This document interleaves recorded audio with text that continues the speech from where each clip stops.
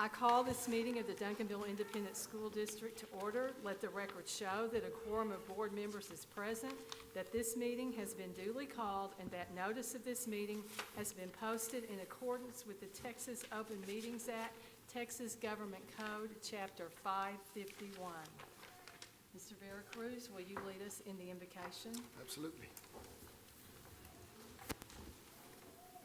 All right, let us pray. Heavenly Father, once again, we thank you, Lord, for the opportunity to just serve not only each other, but serve you, Lord. Lord, we know that humankind looks at the human heart, but we know that you actually examine our heart, Lord, and our motives. And I'm thankful, Lord, for this board, our superintendent, our leadership team, all our principals, teachers, Lord, that their heart are for the student. As always, Lord, we pray for the safety of our students to and from school and when they're away from us. Heavenly Father, we ask all this in your mighty name. Amen. Students from Acton Elementary will lead us in the pledge.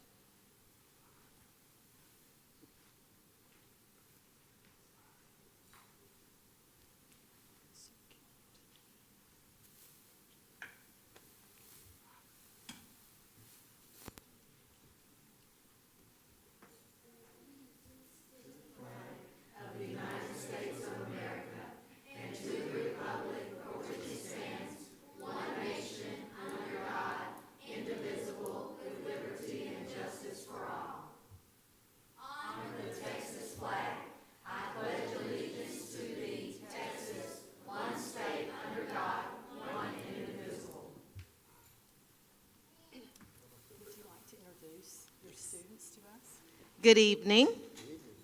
My name is Kyla Bowens. I'm the principal at Acton Elementary School here in Duncanville, ISD. Tonight I have with me Mrs. Chantrice Rhodes, our assistant principal, and our students joining us, Brooklyn Arnold, Chaz Givens, Alejandra Guzman, Matsurat Guzman, Kayla Richardson, Keandria Rufus, and Excel Sarabia.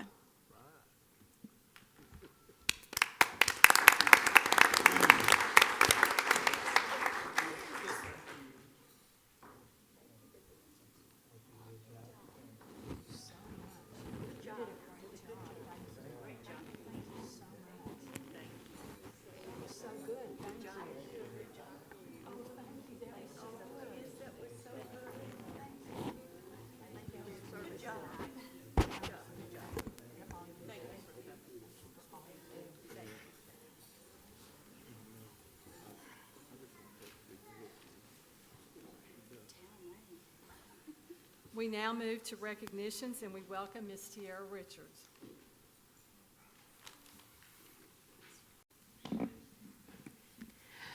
Thank you, Madam President, Board of Trustees, and Dr. Smith. Thank you so much for this opportunity. This is now time again for us to get back to Made with Pride in Duncanville. Each month, we honor a student, teacher, and staff who go above and beyond here in the district, who we can celebrate and show off as examples of just the great work that we're doing here in the district. First, we will start with our Staff of the Month, Ms. Naomi Franco from Daniel Elementary.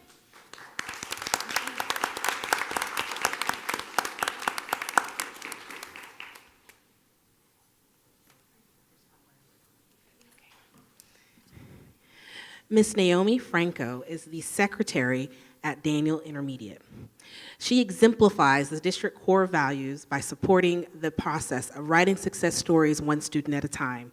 She does that by serving teachers and administrators. Her willingness to do whatever it takes makes her an exemplary employee. She believes that every parent should have a positive interaction when they come into the office, and she strives to foster relationships with all of our stakeholders. Ms. Edmondson, the principal there, said, "I have witnessed her effort to assist even the most difficult or challenging parent because it is her desire to show them that we are partners and truly want to help them with anything they need. She will patiently explain and answer questions so that the parent and our community feel supported.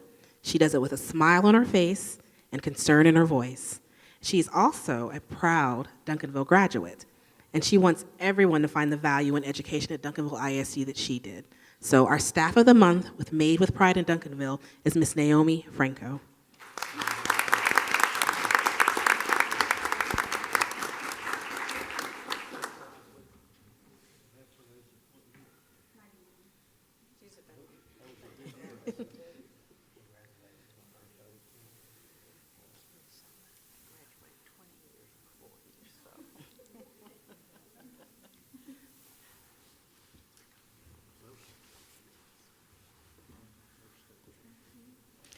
Up next, we have our Teacher of the Month from Central Elementary, Miss Julie Barron.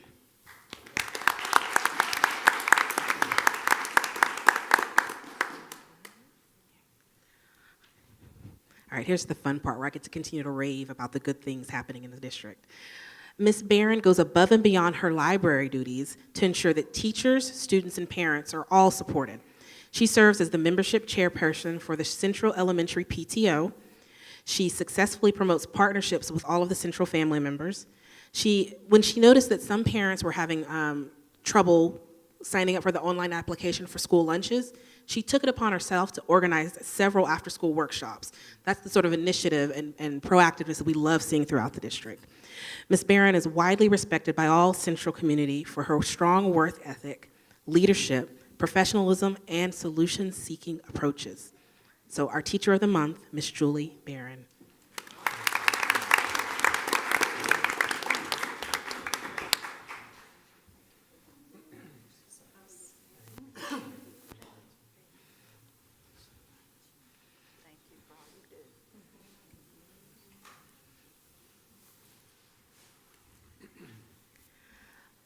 Last but not least for Made with Pride, we have our student, Miss Destiny Keaton.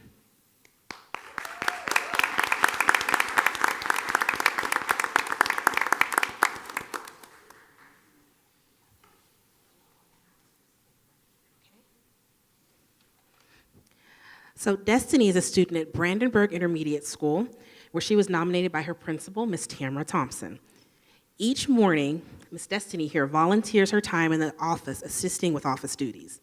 She's also part of the media team leading the campus with morning announcements. She greets everyone with a smile and a hello and how are you today? Ms. Thompson said, as the new principal at Brandenburg, she was one of the first students that she had the honor of meeting. Upon entering her office, she spoke to her and asked, how could she help? She informed me that she just came by to say hello and gave me a big hug. It warmed my heart to see such a respectful young lady. Destiny has been in the Duncanville ISD school system since kindergarten and is on the path for greatness. Ms. Thompson wrote, I know she will be one of our success stories, and she's already on that path to doing so today. In addition, Destiny's mom is also an employee of the district, and her parents are here, Dolores and Stacy. I wanted to ask them to stand also.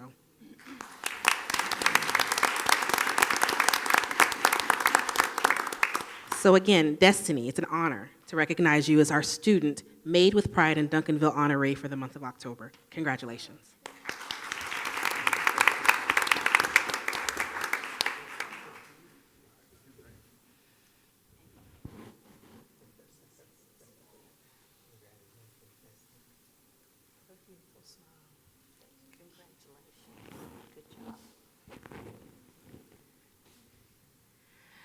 And while our honorees take a photo with Ms. McNeely, we'll play a video that shows a little bit more about them. Duncanville ISD congratulates the following student, staff member, and teacher who were made with pride in Duncanville. Took to think about how am I going to impact other people's day, because my behavior affects their behavior. And I feel if I help other people, we'll get a lot more done. If I see someone having a bad day, I try to be positive and say, what's wrong? Are you okay? I try to give hugs. I feel like hugs make people's day. I just try to put myself in the parents' shoes, and I know that they're here in the best interest of their child. They are their child's advocate, and I know that they just want the best for their child, and so I try to put myself in their shoes and try to be the parent and be me and just try to help them the best I can. I also assist in the front office. I may have lunch duty. I may be the nurse. I may go out and do crosswalk duty. I may have to clean up vomit. It's just a variety of things every day. I started some classes for the parents just to help them get familiar with the online services that we have. This is my 4th year as librarian here. For that, I was a teacher in the district. I've been with Duncanville since 2000. So Really just moving into this new position as librarian has really been a learning and growing experience for me. Every day and every year I've learned something new, and so just having this technology component with the parents was just another way to learn and grow for myself and to help the kids at the same time. These honorees truly are made with pride in Duncanville.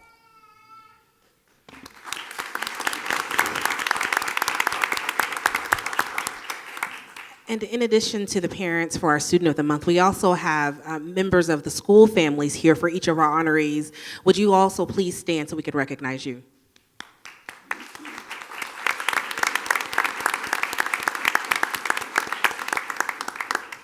Thank you. And next we have our recognition for National Custodial Workers Day. I'd ask that we have our honorees step forward today.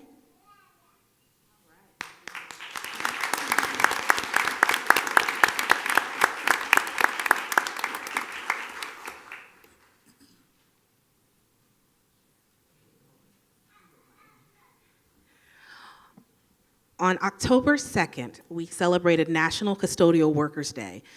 So often we recognize those who are in the forefront of celebrating our kids. These gentlemen and women who work in custodial services, they're the unseen heroes in our district. They're the ones who are behind the scenes, often working when we're at home sleep, when we are out doing things. They're in this district, at the campuses, in our offices, making sure that our kids have clean classrooms to come to every day, making sure they have secure and safe places to work.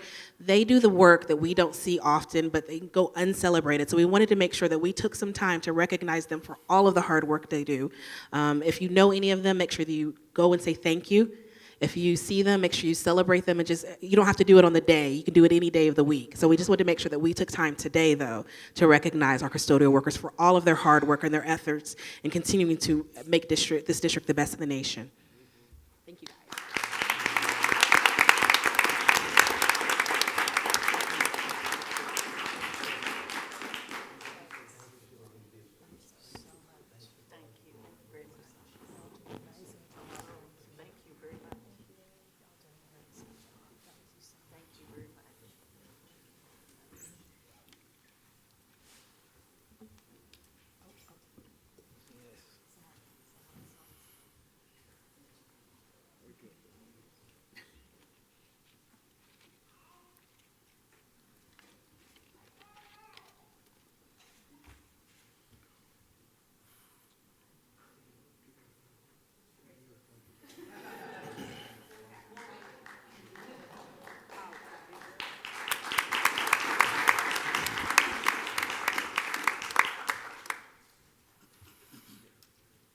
Thank you, Ms. Richard. And now we're going to move into the Superintendent's Report by Dr. Smith. All right, well, thank you, Madam President. Very exciting, lots of great things going on in the district. I have the following items to report to you under Superintendent's Report. The first item, September 15th through October 15th is Hispanic Heritage Month. And so we recognize this month, we take the time to recognize the contributions of Hispanic and Latino Americans, and we celebrate the Hispanic and Latino culture throughout our district. We have had so many activities going on throughout this month. This past week we had a guest speaker at Duncanville High School, Mr. Victor Tornero. He also has one of his children serve as a teacher at Duncanville High School. So he spoke about some of the culture and celebrations and things of that nature that were important for all of our students to hear. We've had activities at Acton and Central and Alexander Elementary, even had a mariachi band perform at Hyman Elementary, and so really pleased with the celebrations and the recognition that have gone on throughout this month as we celebrate Hispanic Heritage Month. So I wanted to report to you the great things that are going on there. The next item that I have to report to you is related to our strategic plan priorities. As you know, the board and many members of the community went through a strategic planning effort a few years ago to identify goals that would serve as the goals for the district, the focus for the district. And so our staff, we've really generated and focused our work, prioritized the work and activity that we do, centered on these goals. We actually monitor and track so that we can provide the board with status reports, with data, just to show you where we're trending and tracking on these various goals. You see the first goal there is to focus on student success. And so that's the goal that we presented to you this month in October.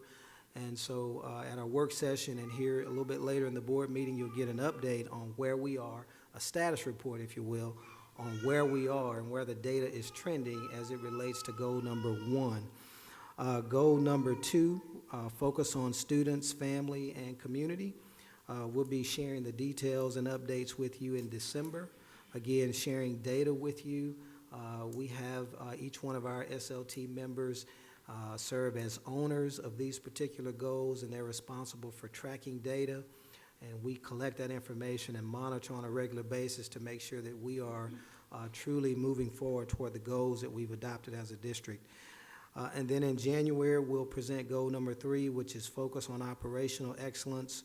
In November, we'll present to you goal number 4, which is focus on employees and organizational improvement. And then in February, we'll report to you on goal number 5, which is focus on financial stewardship. It's also important to note that this process is it's really a living document, if you will, that it changes and evolves over time. So as we move forward in our strategic planning process, there may come a time that we'll make adjustments on these goals, but certainly wanted to bring them to your attention to highlight the fact that, we are definitely tracking the data. It truly serves as a centerpiece and focal for the work that myself and the leadership team is doing to make sure that we are moving in the right direction and accomplishing the goals that we've set. The next item that I have for you to report on is an update on our PSAT testing. As you all know, I've definitely been focused on improving the college readiness culture in our school district. Last week, we had a number of students take the pre-SAT test. And so for me, it's really just supports the focus that we have on making college a reality for every student who desires to that path in Duncanville ISD. And so we wanted to show as a commitment to our students the importance of getting started in this process sooner rather than later. I have a goal in our district to create some national merit scholars, and getting students started in the PSAT process is going to be a good segue for us to be able to identify students that can be on that path. And so, my thought process is there's no reason we shouldn't have national merit scholars, and I'm working really hard to make sure we give this opportunity to our students. And so when you look at the chart there, you see how the data is trending. This year, we had just a little under 4,000 students take the PSAT. It's a really big number. If you can understand the benefit that it is for our students who take that PSAT test. Of course, it's practice. Number one, it gets them familiar with the exam. It gets them familiar and connected with colleges and universities. But then also, the bigger piece, we use that data to begin to identify students who can be on that track to be a National Merit Scholar, and can be students that will be in our Collegiate Academy program and our dual credit classes and all the things that we offer. And so as you look at the chart there, in 2014-15, we had 269 students. What's unique about that is we did not pay for the PSAT testing at that time. And so you see not many students were exposed to the opportunities that our students are now. So since that time, of course, our district covers the cost of the PSAT testing, and so that's a result, the number of students that you see participating in that, I think is a reflection of our students. We have a lot of staff really dedicated to make sure that our students are primed and ready. So I wanted to share this data with you, report on this data with you, so that you can get an idea of where we are. Truly focused on creating a college culture in our district and working hard to make sure that we give students the best opportunity possible to realize those college dreams. So I want to report on that. The next item we are working on pretty aggressively is telling our story. Been updating you on things that we're doing in the district to spread the word, and I wanted to give you a snapshot of where we are. I guess we're about 8 weeks or so into the school year, and kind of wanted to highlight for you some of the data and how that's tracking on us telling our story and getting our word out and branding our district and what we're about. So that slide that you see there basically just gives you a highlight of 3 of the main social media platforms that we use to spread the word, connect with our community. We have Facebook, we have Twitter, and we have Instagram. I wanted to share some specific data with you just so that you can get a sense of the traction that we're getting out there. In that upper right-hand corner there, you see the circle there with 18,326 people reached, 10,000 plus video views. This is just of the Collegiate Academy, but if you were to look at all of the information that we put on Facebook, we have very similar numbers where there's large numbers of people that are actually clicking on, viewing our videos, understand and are familiar with all the things that are going on in our district. The primary users of our Facebook are our parents. So, you know, most of this traction is generated by our parents. And so we post a number of things on our Facebook page, those things that are going on in the district, activities, events, et cetera, and of course highlighting some of the programs that we have throughout the district. So that's a lot of traction that we're getting out there in terms of spreading the word. That second column, that second red circle there, rather, you see 32 comments, 159 shares. This is just as an example. This is from the Collegiate Academy that we did a few weeks ago when we opened the Collegiate Academy and had the press conference. So it gives you an idea of the traction that's getting out there in the community. There were 32 members that commented on it, but 159 shares, meaning they sent that or shared this information with someone else. So you combine that with the 18,000 plus, the 10,000 plus that view the videos, the word is getting out in terms of the district and some of the things that we're doing. On the far left side there, you see that last red circle there. That's reflective of our Twitter page. You see we've got just under 7,000, a little 6,886 followers on our Twitter page. And so when you combine the Facebook, a little over 11,000, about 7,000 with Twitter, and about 800 or so, a little over 800 with Instagram, you can see that there's high usage volume. And so we're really, I think, making treadway in terms of branding ourselves, spreading the good news, communicating what's going on in the district. And so I will be providing you more updates moving forward as I work with a marketing team to continue to help us be creative in how we brand the district and what we're about. But I wanted to share 8 weeks into the school year what some of our social media platforms look like and how we're engaging the community and getting the word out of the good things that are going on in the district. The next, this is the last item that I have to report to you this evening. As I make this report, if there are any principals in the audience, if you could please stand. Don't be shy. Good. Good.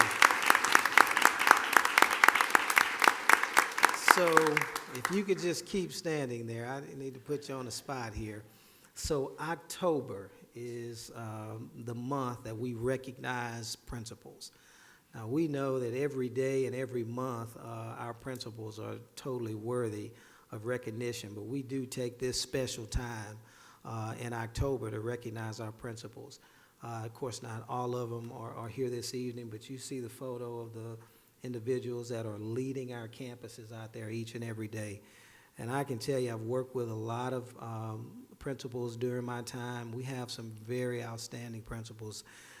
They're asked to do a whole lot. They're asked to be instructional leaders.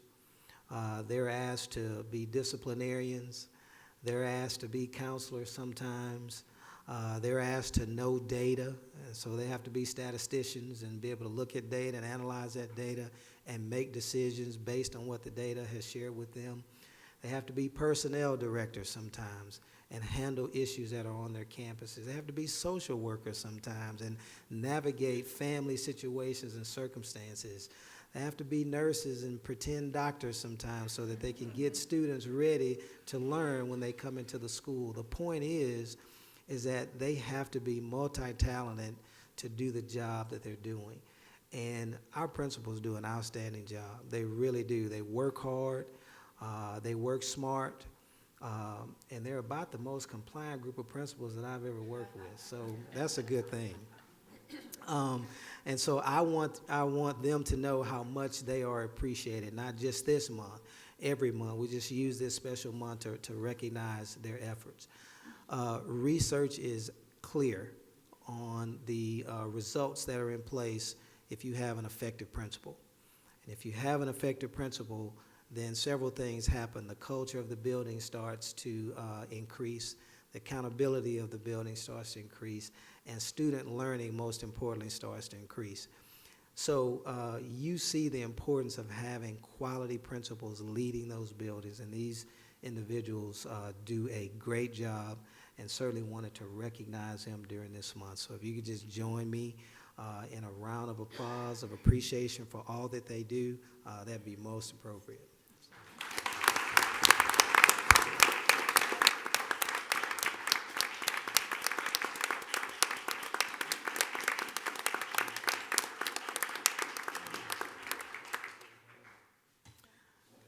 Thank you, Madam President. That concludes the superintendent's report, and so I turn it over back to you.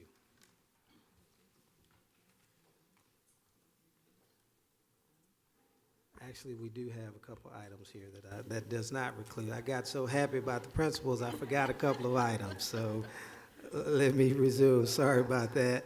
We have an update from the Education Foundation.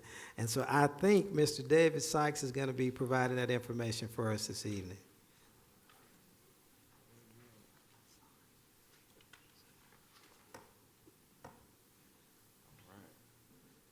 Good evening, Board, Madam President, and Dr. Smith. I first want to give you all a thank you for your partnership. It has been a huge benefit to what our accomplishments and what we want to do as the Education Foundation. And what my goal was as president this year. My goal was to really try to raise awareness. People here standing with me is my team, people I rely on, people I call and say, hey, what do we need to do to move forward? Where are we going to do to progress and raise the awareness of the foundation? And you all have been a good support with that. I have to thank Tiara for that as well. I'm going to first talk about convocation and the amount of money we were able to give to teachers that day. We are nearly at $1 million since 1996, funding grants for teachers. So that's a huge feat. Now I'm excited about the amount of money we're anticipating to give this year too as well. So the feedback we received from teachers was great. I mean, everybody wanted to write a grant. When they see $11,000 check go out to a teacher for a program just because of their innovative thoughts and how to educate Duncanville ISD students, it raised some awareness. So I think the amounts, I don't know if we should limit them, but you know, what we had given was tremendous. So convocation was great, a lot of great feedback. One thing, each one of them will speak about something here in a second, but also what we've been able to do, we have 2 students with one of our funds that we have is a Casey Fund, and we have 2 students that we've been able to help with scholarships in college. One being Destiny, who was at Navarro College, and another being Rachel Alande, who was at Mountain View College. So we've been able to support these students who graduated from PACE with continuing education. So that's a huge feat that a lot of, I don't know if you all knew about, but that the community doesn't know. But that's something we want to continue as well. A part of our awareness is our alumni association, and Destiny Sykes, who is my sister, I call her the second best sibling in the family, but she'll give an update on that. But part of that alumni association has grown tremendously, and I think with the partnership we have with the high school and Ms. Simmons, is going to continue to grow. It's a slow train moving right now, but it's going to grow. So I'll let her update on the alumni association. Let the record show that before we came up here, he did tell me that he was proud of me, despite his jokes. So again, thank you guys for having us and all of your support. I and my brother and some other alum, I'm certain, have had the blessed opportunity to grow up in Duncanville, and having the opportunity to go and live my life and go see the world. To me, there's never been a place just as special as Duncanville, which is why I'm back, and I'm blessed to have the opportunity to work with the Education Foundation.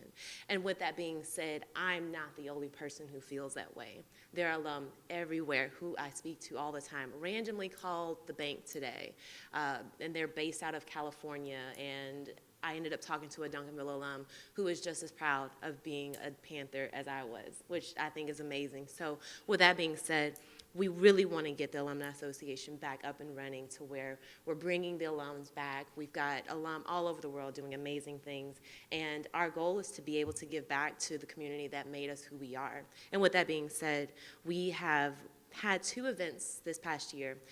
One was just a mixer to get the word out, and a tailgate party. Our goal is not to do a whole lot, but our goal is just to bring awareness, to get people to know that we're back. We're trying to get things moving, and we want to get back to being supportive of our community. So we have a social media page. We have a Facebook page at Duncanville Alum, as well as an Instagram page. Going to have Twitter up here soon, and then our goal is eventually to, once we create a mission statement, to be able to give back to the students. My dream would be to get the international travel program back up and running, which is when students who are taking a foreign language were able to go and travel abroad for their spring break, which for me, that was a really big deal and made a huge impact on my life. And again, I've spoken to other alum who've been just as impacted as I was. So with that being said, once we create a mission statement with the help of Ms. Simmons, we're going to begin to collect funds from other alumni and hopefully be able to contribute and eventually get that back up and running. Again, that's not something that we're looking to do right now. Our goal this year is to be able to create awareness, and I think we've been doing that. So still pushing, and again, with the help of our team and all the other alum, I think we're on the right track. So thank you.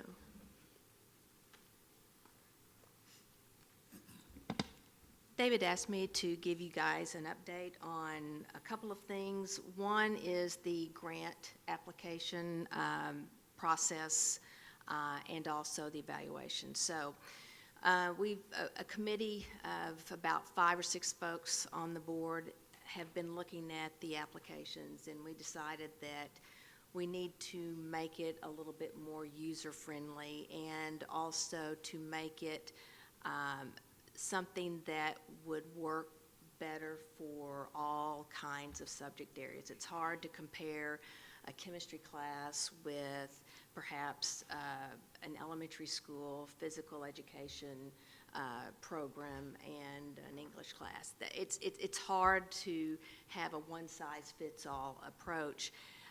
If you have questions that are vague, and we didn't give the teachers, I don't think, enough space or incentive to describe their proposed project. So we're in the process of revising that right now, and our hope is to have better grants because the teachers can understand the questions better, and it will give them an opportunity to showcase their project, which may not have been the case before. Likewise, if you modify the application, you probably need to modify the evaluation tool, and it was also too confining, in my opinion. And so we are going to probably make a sliding scale grading system rather than just a set point value.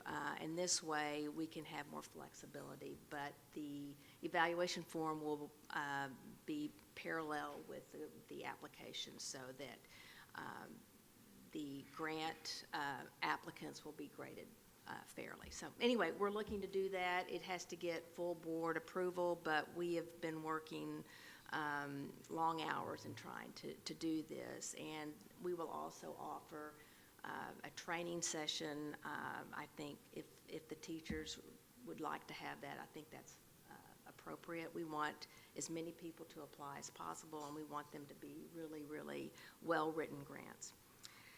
The next thing I'd like to do is just update everybody on the Heart of Duncanville 5K walk and run. It was this past Saturday. Many of you were there. It was a wonderful celebration of not only the district, but of the community. There were 800 plus runners and walkers, and other than being just a little bit warm, the weather was just stunning. We had participation from school board members, city council members, the mayor. We had schools represented, teachers, families. It was just a wonderful, wonderful celebration. We don't know what the figures are yet. Casey Cheshire sent us an email today and said he couldn't be here tonight or he would have spoken to the event. But it was just a wonderful experience, and we are so grateful to Ben Franklin and Dan and Janice Jesperson and Casey and his mom, Sandra Cheshire. I think they had 95 sponsors that Casey and Sandra went out to get. So it was just amazing. We are also grateful to have the participation by the school choirs and the Reed percussion section. I just thought it was a wonderful experience, and I hope that we have a bigger event next year. We, again, creating awareness. So that's about 70 plus more than what we had last year. November 6th, we also have our golf tournament. We'll probably have 20 to maybe 30% more teams than we've had in the past couple of years. We're actually shooting higher. Part of that awareness, and we talked about alums wanting to come back, Charles Bordeaux, graduated class of 99, state championship, sits on the committee for that as well. Byron Johnson, class of 99, state champion in football, sits on that board, that committee as well. Brian Boddicker, class of 2000, also sits on that committee, along with Chris Owens and myself and Deputy Lively, as well as Greg Zilka, too. He's an adopted alum. So, but we're here to give back, and we want to keep generating that and creating that awareness. And it doesn't come, once again, without the support and the partnership with you all. So thank you again. We really appreciate it. And if you need anything, call me. Thank you.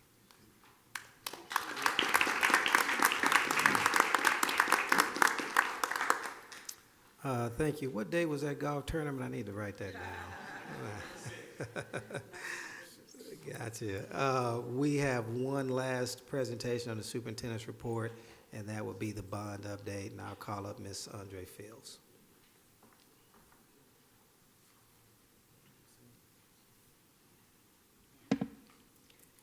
And good evening to President McNeely, board members, and Dr. Smith.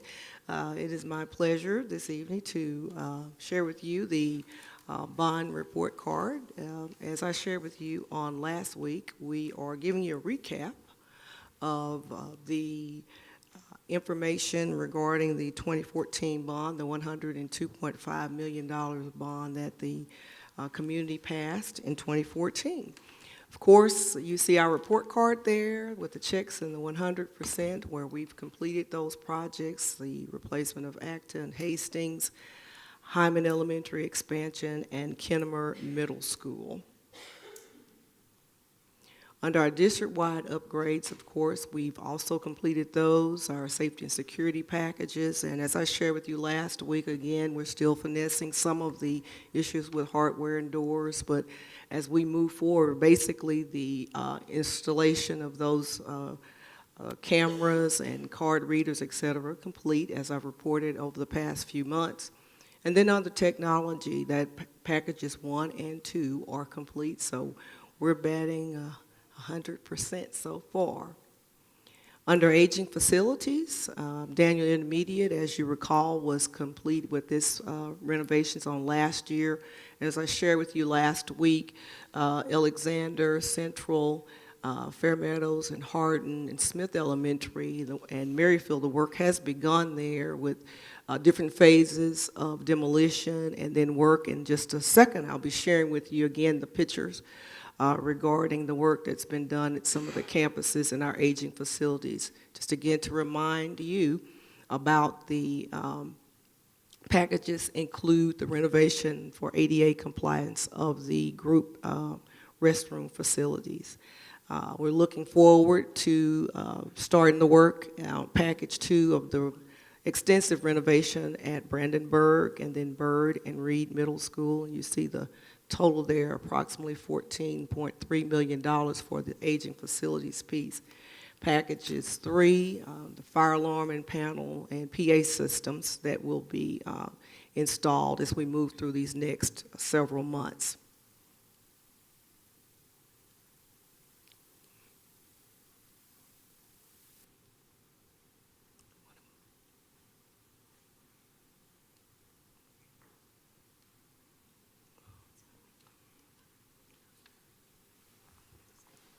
They need me to move forward. They moving. Okay. All right, well, there we are. And here, of course, with the North Star presentation, and even tonight, Ms. LaTanya Whitfield-Horn with Huckabee, who is the contact at Huckabee for our aging facilities. I just want to share these pictures with you again. Of course, here, Alexander and Smith and work has continued since these pictures were taken to make the facilities safe there so that we can begin the work, rebar work, concrete work. We're moving right along with those projects. Friday was staff development fair day, so they got an opportunity to really do quite a bit of work there. There at Hardin Elementary, I think we started with them. Again, I shared last at the work session last week. Again, the work there and moving right along. The schedule, of course, is that we began this in September, and we anticipate completing these first phases end of November, 1st of December. Go back to that one. And that, of course, is Duncanville High School, and that's in the auditorium. And what I want to say about the Panther Stadium, if you recall, that's going to be part of this as well. And as I was sharing with Coach Harper, that as soon as we win the state championship, we'll get started on Panther Stadium. And looking ahead, there we'll continue the work. And excited, are there any questions? We're hoping that when I talk to you next month, we will almost be completed with this portion. All right. Thank you. Thank you, Ms. Fields. Dr. Smith, I just want to thank you for that, your very, very thorough presentation as well. Thank you. We will now move into the consent agenda portion. All items may be acted upon at the same time by the Board of Trustees. Do I have a motion? I'd like to make a motion that we address 6C and 6F under the consent agenda items. Second. Janice made the motion and Phil seconded the motion to amend the agenda as stated. Are there any questions? Any opposed? Everyone raise your right hand. Motion passes 6-0. Do I now have a motion to approve the consent agenda as amended? So moved. Do I have a second? Second. The motion has been made and seconded. Are there any questions, comments? All those in favor, raise your right hand. Motion passes 6-0.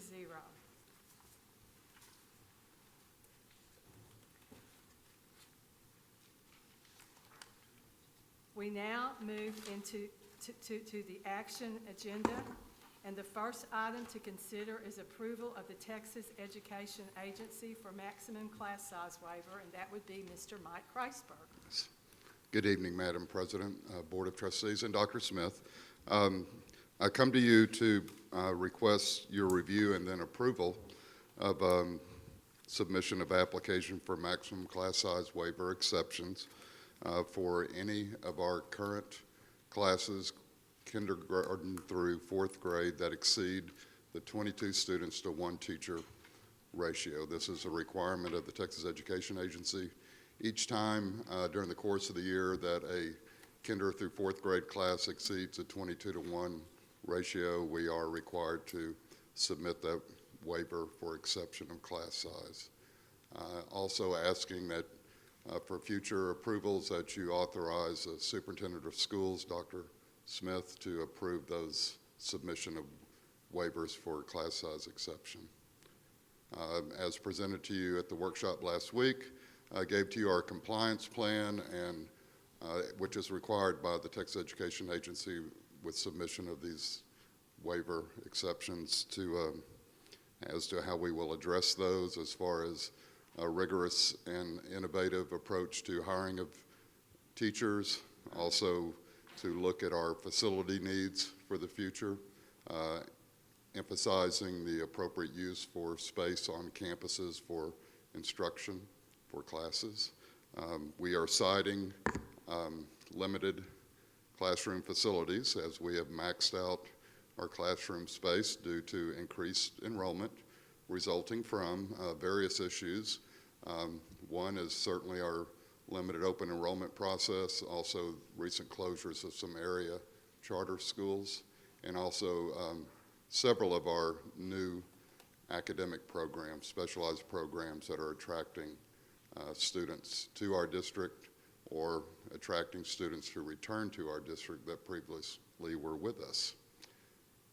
Do I have any questions? Yes, ma'am. Have any of the classrooms reached over a 24 limit as of today? They have, yes. We have established a 25 max to work with. Been established? Yes, for ourselves internally. Okay. It is. Thank you. Okay. And also just for the information for the board, if you move to approve, even though you'd be granting me authority to approve the waivers throughout the course of the year as needed, I would still provide you updates. In other words, you wouldn't know the information. I'd let you know when we are making those decisions. And you will stay within the 25? Well, we'll have to just determine how that, I'd hate to commit to staying within the 25. We're committed to keep our class sizes as low as possible. And we're gonna have to just judge how we balance with the increased number of students that we have. So our commitment is there. We know the impact that has on learning, but we also have to kind of maximize the facilities and space, so.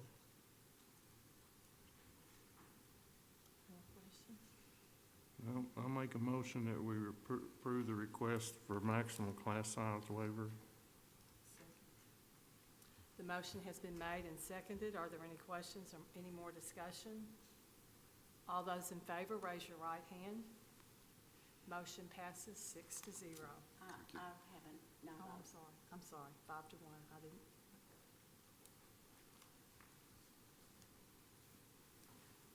Let the record state it was 5-1.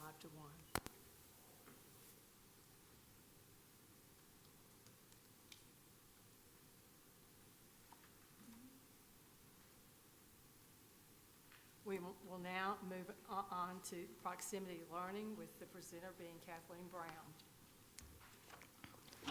Good evening, President McNeely, Dr. Smith, members of the board. It's my pleasure to present to you this evening proximity learning. On last week during the workshop, I brought to your attention that we still had vacancies at our high school. And so with that, we've been looking for innovative ways to meet the needs of our students academically at the high school. And so in our search, we have narrowed our search down to proximity learning. Mr. Zach Harris was also here on last week to share some highlights of the proximity learning with you as well. So what is proximity learning? A fully accredited K-12 online learning solution. And these courses are built around live sessions delivered by certified instructors. I'm so sorry. It's jumping, okay. There we go. And why we looked at proximity learning, as we do with any program that we bring to you or that we want to offer our students, we want to make sure it's able to meet the needs of the district. So we looked at the qualified instructors that proximity learning had to offer us. How were they able to customize learning for our students? The proven success that they've had, the support, and if they were able to be aligned with our curriculum. The highly qualified instructors. One of the things that was a big point for us is that all of the instructors with proximity learning, again, are certified in the state of Texas. And so they have a valid teaching certification, and they also have at least 5 years of a teaching experience, which is far more than we require with teachers coming into our organization. Ms. Brown? Yes. You did a great job last week. I make a motion we approve the proximity learning. Okay. Yes, sir. Well. Okay. The motion has been made and seconded. Well, thank you. All those in favor, raise your right hand. Well, thank you. Motion passes 6-0. Okay.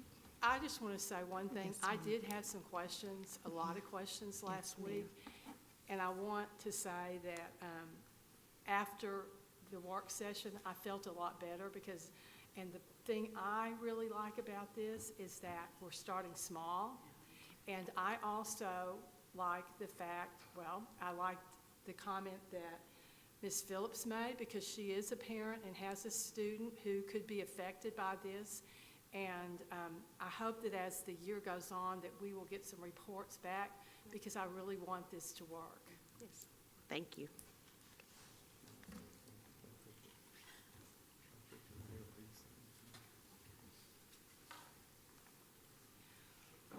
We'll now go on to action item D, accelerated learning and STEM scopes with Ms. Andrea Fields.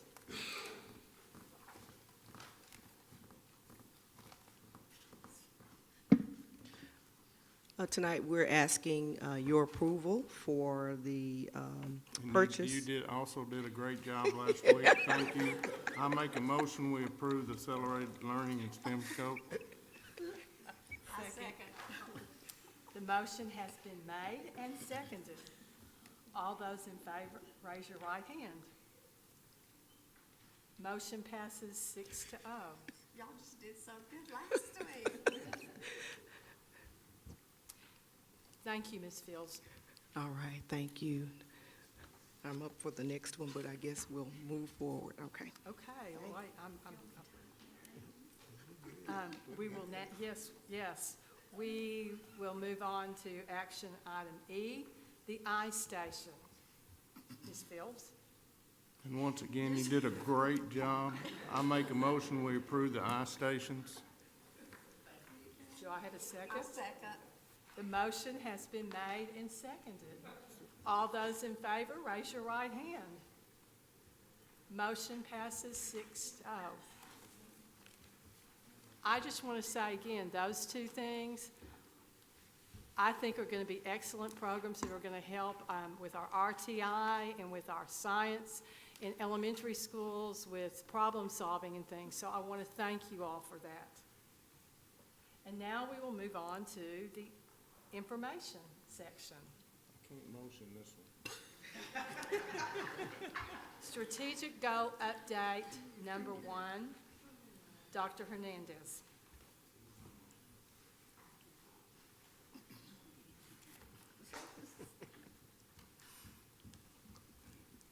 Good evening, President McNeely and School Board. I want to continue our conversation from last week around strategic goal number 1, and I will be expeditious with my presentation. If you recall, goal 1 relates to directly to focus on student success, and we have 2 objectives around that goal. They are students will meet or exceed grade level expectations on local, state, national assessments, and then of course objective 2, students will be prepared for a post-secondary college, or career. These are the two objectives that are centered around Goal 1. If you'll recall from our conversation last weekend in the summer, our district did receive the highest MET standard rating that the Texas Education Agency provides in all 4 of our indexes. We were specifically cited for making great gains in Index 4, which is our college and career readiness area. And of course, all 16 of our campuses met standard, and our PACE Center received a MET alternative standard, which is the standard that they would receive. You all have also heard in previous conversations about our campuses receiving multiple distinctions throughout the school year, at the end of the last school year. There you have listed the campuses that received those distinctions for the 16-17 school year. And of course, this is the culmination of all testing from last year. We talked about advanced academics and the work that you approved with garnering us 3 GT specialists for the school district. To date, we've had lots of extensive training with our teachers throughout the district on professional development days, summer days, and of course, design days throughout the school district. So there's some example of that work. In terms of college and career readiness, so you heard me speak about Index 4 and how we were cited for major gains in that area. This is just a small sample of the number of CT courses we offer throughout the years, the number of seats used in dual credit, and then of course what we offer. We offer 28 industry recognized certifications, 11 clusters, academic dual credit courses, CT dual credit courses, and then of course our internships and externships with our partners across the city. Early childhood was one of the big discussions that we had last summer and of course at the beginning of the school year, and really starting our pre-K programs. To date, we have 336 students, 170 of them in full day and 166 in half a day, and you'll see the breakdown there. And of course, we have a early childhood specialist who's offering training on pre-K guidelines, our Frog Street curriculum, which is our adopted curriculum that we brought to you and you approved, Circle Progress Measure, which is how we're working with our teachers and our students to measure and gauge their growth, and then of course, providing classroom environment resources for our teachers. Our dual language acquisition you've heard modeled, you've heard about extensively. To date, as you see listed there, you see our reading goals and our writing goals. Many of the students in our program are showing considerable growth in their native language as well as their second acquired language.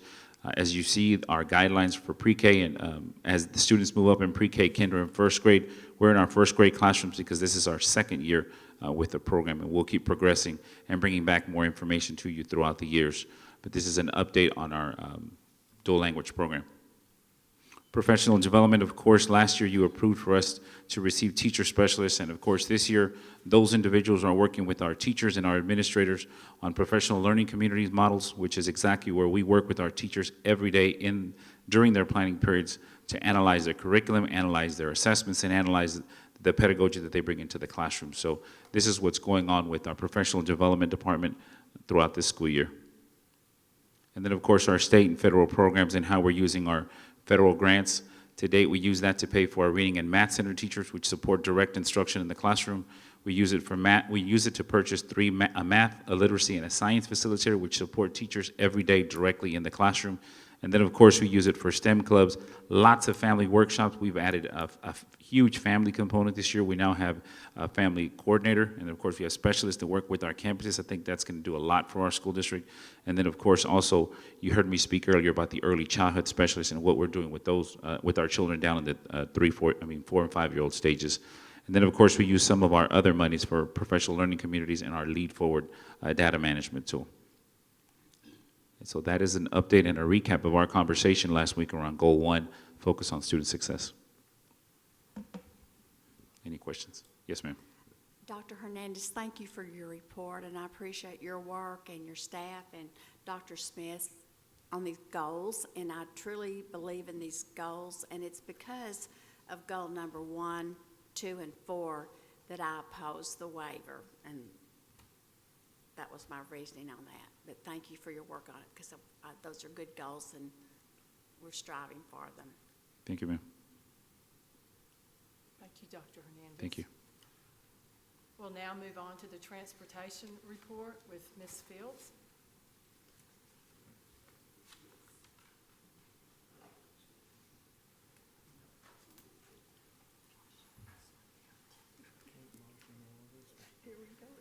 He did a great job last week as well, but he's back for, he did a great job. All right. All right. No, I appreciate that. President McNeely, good to see you. Board of Trustees, Dr. Smith, as always. Our transportation department, as you can see, we're 101 employees strong. We work a long day, apart from the schools that we have, but we're always happy to serve and support. This is our mileage slide, and you can see throughout the years our mileage on our buses, our career tech mileage, our athletic mileage, our campus field trip mileage have all increased, and our routing mileage is a little bit less, and that's just because of the reduced days that we've had this last year. This slide is probably one of my most important slides, and this is the buses that we have. And as you can see, for our regular route buses, we have a total of 45. We use 33 of them on routes. 2 of those are non-usable, and we have only 10 left for spares and athletic or campus trips. Our special needs, we have 26. We use 20 on routes. We have 4 that are non-usable at this time, and then that just leaves us 2 spares. The last work session when we was here, I had been mentioned that day was really hard because we were out of buses. If something had happened, we didn't have any more to turn to. And so sometimes there's days like that based on the need of what's going on. The number of buses with cameras, 64, and you can see the breakdown there. Our white fleet vehicles, which are they're white cars and vans that we use throughout the district, and that's how they are distributed among the other departments of our district. The average age of our fleet is about 14 years. We have an industry standard of a 12 to 15-year replacement. Duncanville has a 13-year replacement schedule. Our oldest vehicle is a 97 model. Our newest vehicle is a 2017 model. Last time I was here, I went back and I looked for this next year, that 31 vehicles will turn into 43. There's another 12 that will enter that as we move forward. So we have a need there. Somebody made mention, well, why don't I get rid of the ones that's non-usable? I'm at a point now where I can't afford to lose them. They have to be repowered, and that's this slide here. The cost of a new bus is $114,000, and that does include seat belts. If we go with a new bus, they have to be retrofitted. The repowers just include the engine and the transmission, and those are the warranties there, and that's the cost that it would be for those 6 buses in particular to get those repowered where we can use them. Our diesel and our gas, we now go with a TASB contract. When I first came, we were up to about $2.85 for diesel. We're down now to about $1.77. We're waiting now because December our contract will expire. And so the last price I got from them was about $1.76. So we're holding on to see if we can get a little bit less to see if it'll continue to drop. We have a budget of $291,400 for fuel. We spent $231,000, $870 on diesel. We used 131,000 gallons, 22,000 in gas. And so you can kind of see the little difference that we had. And there's always fuel in the ground, so that's why it kind of has a difference there. We really wasn't affected too much by the fuel crisis that we had. There was a little bit of delay on getting the fuel, but we were okay because of our planning. This is our daily riders. We have the privilege of coming in contact with about 3,000 plus kids each morning and afternoon, and that doesn't include the ones that's on trips and things like that, so that number even goes up from there. We had a big weekend with the field trip, the football game, the band competition, and then the city events that we had. So it was a fun time over the weekend. Our preventative maintenance schedule that we do on our buses, this is kind of how we go through the process of that. Our drivers obviously play a big, big role in that with their pre-trip and post-trip inspections that they do. Talking with the fleet guys and what they do, they go through this process that if they're going to do a B portion of that PM, then it's usually 3,600 miles or 300 hours on a V8, or an inline diesel would be 6,000 miles or 500 hours, and that's just because the inline holds more oil on there. And then when they go into the C portion of the preventative maintenance, they also go back and they double check, make sure the B has been done, and then they continue to move forward, as you can see through the process of the inspections. I want to talk a little bit about my mechanics because these guys are incredible. We really can do a lot of things at our department that we used to not be able to do. These guys unfortunately have to work a little bit of overtime, which Ms. Arrington tells me about. But unfortunately, with what we have to do, we have to make sure we can keep them on the road. And going back to the other slide where I don't have that many spares, so sometimes we have to spend the time to make sure I have vehicles on the road and that they're available. Unfortunately, like on our trips, when we do our big convoys, you'll notice I carry extra spares with me just in case something happens.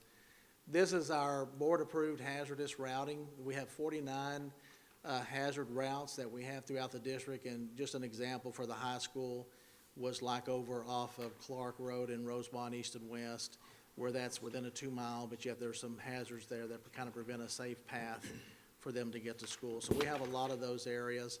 We just recently received some information where we might be able to look at some areas that may be experiencing some high crime.